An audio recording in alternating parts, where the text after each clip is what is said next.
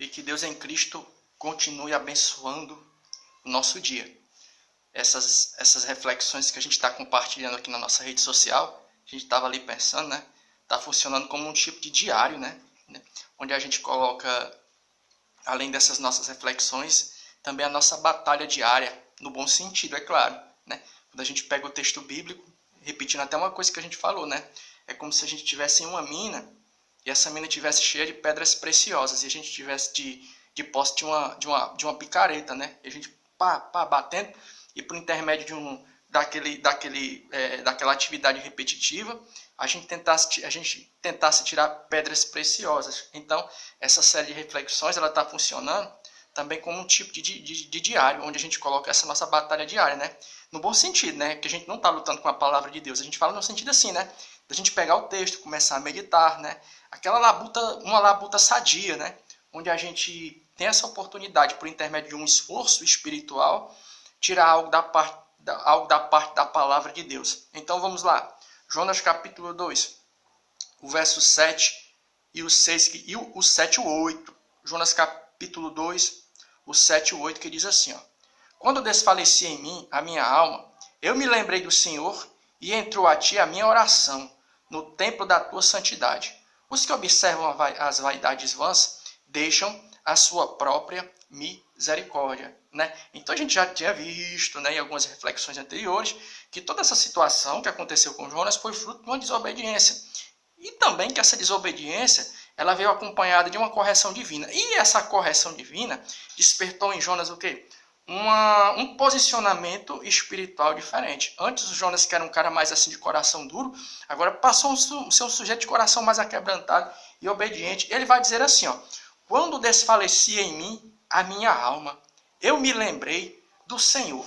Mas quando a gente pega essa parte assim, ó, eu me lembrei do Senhor, o que a gente pode fazer com essa frase? A gente entende o quê? É que Jonas, ao passar por aquela situação, ele passou a clamar a Deus de maneira mais, digamos, de maneira mais evidente, de forma mais forte. Ele passou a buscar a Deus de maneira mais séria, coisa mais assim, passou a clamar, a orar, né? E quando a gente estava meditando nisso, sabe o que a gente estava lembrando? A gente lembrou de um hino, de um louvor. A gente estava até dando uma olhada ali, que a gente não estava lembrando mais nem quem louvava esse hino. Era do irmão Judson Oliveira, que diz assim, ó: Senhor, minha oração se tornou em sequidão, se tornou em deserto. Aí ele tem uma parte do louvor que ele diz assim, né? Antes de chegar no refrão, que ele diz assim, ó: as nossas palavras, as nossas orações não passam de palavras repetidas. O que tem a ver com esse negócio aqui de Jonas? É porque Jonas, quando estava no momento da provação, né? Aí, como é que diz o refrão? Deixa a água descer, deixa a chuva molhar, encharcar a terra seca. Acho que é mais ou menos isso. É do Judson Oliveira. O nome do louvor é Terra Seca, se não nos falha a memória, né? Mas o que acontece? O que tem a ver isso com esse sentimento de Jonas?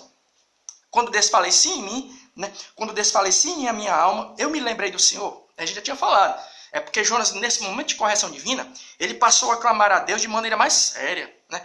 De maneira mais fervorosa, né? Aí o que tem a ver? É porque tem determinados momentos da vida da gente que nós estamos em que situação? Na situação daquele louvor do irmão Judson Oliveira, né? O cristianismo que a gente está vivendo é um cristianismo da boca para fora, né? Não é uma coisa assim mesmo fervorosa, palavras que vêm do fundo do coração, uma coisa que é sinceridade, são apenas atitudes mecânicas. Vamos lá para Mateus capítulo 15, verso 8. Mateus capítulo 15, verso 8, que diz assim, ó, Mateus capítulo 15, verso 8, que vai dizer o seguinte, ó: Este povo honra-me com seus lábios, mas o seu coração está longe de mim. Mateus 15, 8. Então, vai ter momento na nossa vida que nós estamos nessa situação, né? A nossa pregação, o nosso louvor, e principalmente o nosso momento de adoração, já não é mais aquela coisa que vem lá do coração, mas são apenas coisas que brotam da boca para fora. Aí o que é que Deus faz?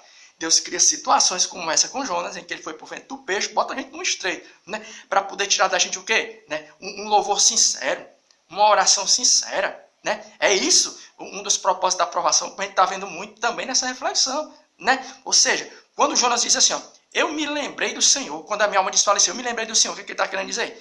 Depois que eu cheguei aqui nessa situação, o que é que aconteceu comigo? Eu passei a ter uma atitude mais fervorosa. Aí para tu ver como é que é legal, né? Tem momento na nossa vida que às vezes o cristianismo que a gente está vivendo é como esse que a gente acabou de ler em Mateus 15:8. A gente está honrando a Deus somente da boca para fora, mas o nosso coração está longe. Aí o que é que Deus faz? Deus cria uma situação, como fez com Jonas, para fazer com que do nosso coração venha a brotar uma adoração mais sincera. Olha para tu ver como é que é legal, né? E partindo para outra parte aqui, para o versículo seguinte, o verso 8 do capítulo 2. Os que observam as vaidades vãs deixam a sua própria misericórdia. A gente estava ali dando uma olhada em outras traduções da Bíblia, para a gente poder pegar aqui a palavra, uma interpretação bem coerente, né? Então, o que Jonas quis dizer com isso? Os que observam as vaidades vãs. O que é observar as vaidades vãs? O que é vaidade? O que é vaidade? Vaidade não é você ter uma atitude contrária do irmão Messias, não, que não se cuida, ó, barba por fazer, né? Toda mala amanhada, como a gente diz no linguagem cearense, né? A gente diz assim, se cuide, né? Você ser uma pessoa vaidosa, não é nesse sentido, né? A pessoa que se cuida não, é em que sentido? A vaidade tem a ver com o quê? Com coisas que são passageiras, né? Por exemplo, esse caderno aqui, ó, eu sou muito apegado aos meus objetos, né? O que é que acontece? Esse caderno aqui está aqui na minha mão, ó, cheio de anotação, coisa do tipo, né? Mas vai chegar uma hora que as páginas vão se desgastar, ele vai se acabar. Esse celular que a gente está utilizando, vai chegar um momento que ele também vai se acabar. Essa nossa Bíblia, que a gente tem um apego muito grande, a gente estava até orando, Senhor, eu sou tão idólatra nesse sentido, né? A gente olha para os nossos livros, a nossa Bíblia, a gente tem aquele apego, já está virando até idolatria. Mas tudo isso aqui são coisas passageiras. Aqui, ó. O conteúdo não, o conteúdo é eterno. Mas o material que contém um conteúdo, uma hora ele vai se desgastar. Então, o que é que Jonas quer dizer com isso? Os que observam as vaidades vãs, é no sentido de quê? Né? É nesse sentido da gente ter momento na nossa vida que a gente está depositando nossa confiança muito em quê? Em coisas que são passageiras. Vamos dar um exemplo aqui de coisas que são passageiras, que às vezes nós observamos. Os que observam as vaidades vãs, os que depositam a sua confiança em coisas passageiras. Aí, coisas que são passageiras, por exemplo, a nossa força, né? Se está com 20, 30, dias que vos fala, está com 40, pescocinho fino assim, né? Parece até um adolescente, mas tem 40 anos no escuro, né? A nossa força uma hora vai. Se Jesus não voltar para arrebatar a igreja, daqui a pouco o que acontece? Daqui a pouco a gente vai ficar velhinho, vamos ficar gagá. E olha que a gente já está um pouco lesado, né? Daqui a pouco a gente vai começar a caducar. As coisas passam. Isso são coisas que a gente deposita nossa confiança. Nossa força humana, né? Condições físicas. Outra coisa, as nossas posses, como a gente já falou, por mais que a gente seja apegado às nossas posses, um dia as coisas vão se desgastar e passar com o tempo. Também outras pessoas. É tão bom ter amizade, né? Mas um dia as pessoas podem, como a gente diz no linguajar cearense, alguém pode bater fofo com você. O que é bater fofo? É dizer uma coisa e não cumprir. Não é não?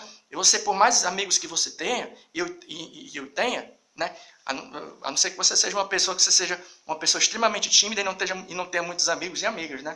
Mas essas coisas passam, as amizades, as nossas forças, as nossas posses. E também, segundo o contexto de Jonas, a adoração a outros deuses. Os que observam a adoração a outros deuses, né? Como naquele momento da história, segundo o contexto de Nínive, eles adoravam a deusa Estar, né? Segundo o contexto do paganismo que rodeava o povo de Israel, Baal, Astarote. Jonas olhava assim e via as pessoas depositando sua confiança e cultuando aquelas outras divindades e olhava assim, ó, isso aí tudo é passageiro, não? Então, todas essas coisas que a gente às vezes observa e deposita nossa confiança são passageiras. A nossa força, né? As nossas amizades, que também um dia podem vir a nos frustrar, né? As nossas posses e a adoração a outros deuses, essas coisas são passageiras. Mas diz aí, irmão Messias, uma coisa que não é passageira, que não é vaidade. Vamos saber para onde? Salmo 136. Salmo 136. Salmo 136. Salmo 136. Vamos falar de uma coisa que não passa. Ó. Louvai ao Senhor, porque Ele é bom e porque a sua benignidade é para sempre. A bondade de Deus é eterna. A bondade do homem passa, a nossa bondade passa, né? Tudo isso passa, mas é o que o Salmo 136 passa. Ó. Salmo fala, nos passa, nos repassa. Salmo 136, o verso 1. Louvai ao Senhor, porque Ele é bom e porque a sua benignidade é para sempre. Ou seja, a bondade de Deus não é passageira. A nossa bondade às vezes é, mas a de Deus não é não. Olha, Mateus capítulo 28. Coisas que não são passageiras, né? Mateus 28, verso 20. Ensinando-os a guardar todas as coisas, e eis que vos tenho mandado, e eis que estou convosco todos os dias, até a consumação dos séculos. Né? Até as nossas companhias, elas são passageiras. Posso estar aqui com você fazendo esse vídeo, mas daqui a pouco, se Deus, não sei, a Bíblia diz que Tiago compara a nossa vida com vapor. Eu estou aqui hoje, pode acontecer alguma coisa, eu passar dessa para a glória, né? Não sei. Essas coisas são, o que é passar para a glória? Né? Você sabe, né? A gente está aqui bem bonzinho, pode acontecer alguma coisa, a gente pode vir a falecer. Essas coisas são passageiras. Mas Deus, a benignidade do Senhor dura para sempre, é eterna, não é como a nossa bondade, que é finita, uma hora acaba, em determinado momento. E Jesus diz assim, eis que estou convosco até a consumação dos séculos. Né? Então, que nesta manhã nós possamos, né, observar mais a palavra do Senhor, meditar mais nela e orar assim, né, essa oração. Senhor, meu Deus e meu Pai, vai tirando o fastio da Tua palavra e vai abrindo a nossa mente para que nós possamos entender os mistérios que estão aqui inseridos na Tua palavra, para que a nossa mente venha a frutificar e daqui a pouco nós possamos abençoar mais pessoas por intermédio daquilo que está contido na Bíblia Sagrada. Amém.